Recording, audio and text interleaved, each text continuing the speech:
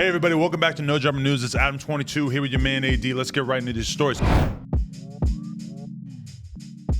So Jack Harlow is receiving some backlash after a video of the rapper being carried by black bodyguards at the Kentucky Derby went viral. Over the weekend, Jack attended the annual horse racing event in his hometown of Louisville, Kentucky, with Drake and Drewski to film the music video for his song Churchill Downs, which features on his new album.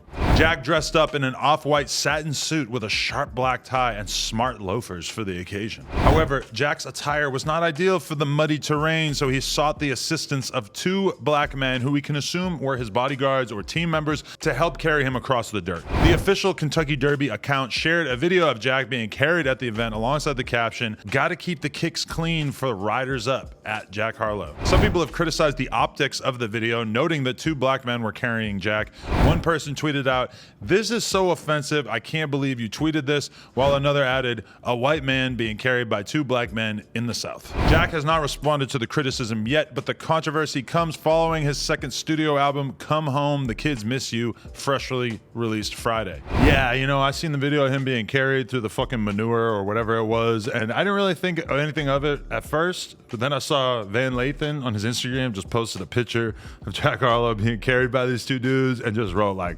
"Nah." And I was like, optics matter, and the optics on this situation are probably not good. Although, I mean, everybody could probably understand the situation. He's filming a music video. You can't get your expensive shoes dirty for the music video. They probably didn't have any fucking shower caps or plastic bags to put over his feet. So, hey, the bodyguard's got to carry you. But definitely, if I were Jack Harlow, I would have said, everybody put your phones down. You're not allowed to film this moment because this is going to look a little weird. Yeah, and it looked like he just having so much fun while they doing it. It's funny too, cause like it looked like kind of like the origin story of Colonel Sanders when this is happening. You know what I'm saying? But I didn't really think too much into it, right, you know, until people are saying X, Y, and Z about the situation.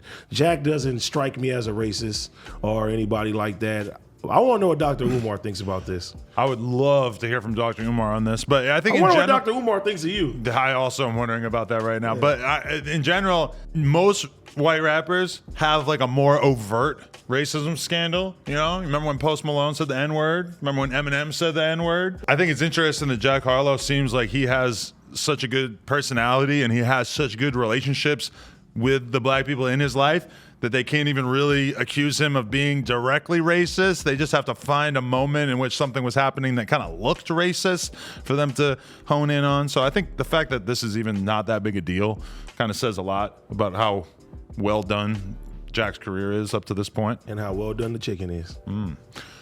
Next story. Over the weekend, reports were coming out of Hawaii that the Island Boys were having island problems and had their chains snatched. A new video that hit social media showed a scuffle between a group of men and the Island Boys, which people said resulted in them having their jewelry stolen. So they called the cops. According to the Island Boys, that wasn't the case, saying that the police were called on them.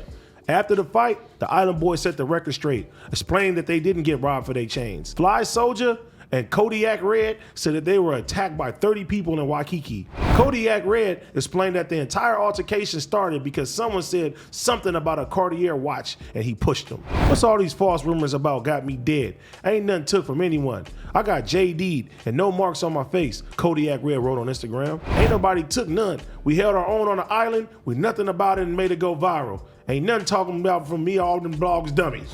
Okay, so the Island Boys were tapping in with us hard, wanting to make sure that we knew that they did not get their chains snatched. They did get into a fight, but they did not get their chains snatched. I've been to the area that they were in Hawaii, over and over, and it just is like the most chill, laid back place. Bro. The fact that they were able to get into a fight there, I think is pretty fucking hilarious. Waikiki Beach is so nice and peaceful.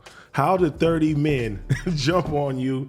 I'm like, nigga, did they catch you at the Dole Plantation or something like that? You was in there scrummaging through pineapples or something? I don't get it. And I think at this point, isn't it obvious that the Island Boys should have a security guard, even if they're in Hawaii? Like, they're just too contentious. Like, you would never see Lil Pump and Smoke Perp at the height of their career just rolling around Hawaii like no big deal with no security. Like, they need security. Yeah, didn't one of them niggas be in the car and the nigga told him he in the blood or something? They did get kidnapped by some at a certain point, yeah. He didn't take that red off the end of his name. I don't know, man. No, because who gave him that name? Kodak gave him that name. He did? His name was Red 4X, and then Kodak told him, no, your name is Kodiak Red now. But now Kodak don't fuck with him, and he's still got that name. Change your name, Kodiak. I don't know, but the other thing I want to say is that Yuri was out in Hawaii at the time that this happened, so I'm very much open to the possibility that this might have been a hit called in by the harmonious man himself. Not so harmonious, really. I ain't gonna lie, Yuri been around a lot of unsavory characters lately. He's decided that he wanted to get his groove on. I believe it. Who knows, maybe Kodiak Red hit on a lady of his. That starts with an R. All right, final story. Dom Kennedy is reportedly suing the city of Los Angeles, the Los Angeles Board of Police Commissioners, and the Los Angeles Police Department. Dom and fellow plaintiff Gary Matthews claim that the city's firearm policies are unconstitutional, with their class action lawsuit seeking to invalidate restrictive gun laws in Los Angeles. The city's and the board's and LAPD's unconstitutional no-issue CCW policies and other unconstitutional gun control laws, which were officially adopted and promulgated by the city's policymakers, caused Dom Kennedy and Matthews and other members of the arrest class and the non-resident class to be arrested and detained merely for the permissible Second Amendment conduct of carrying a handgun for general self-defense outside of the home or a place of business, the lawsuit argues.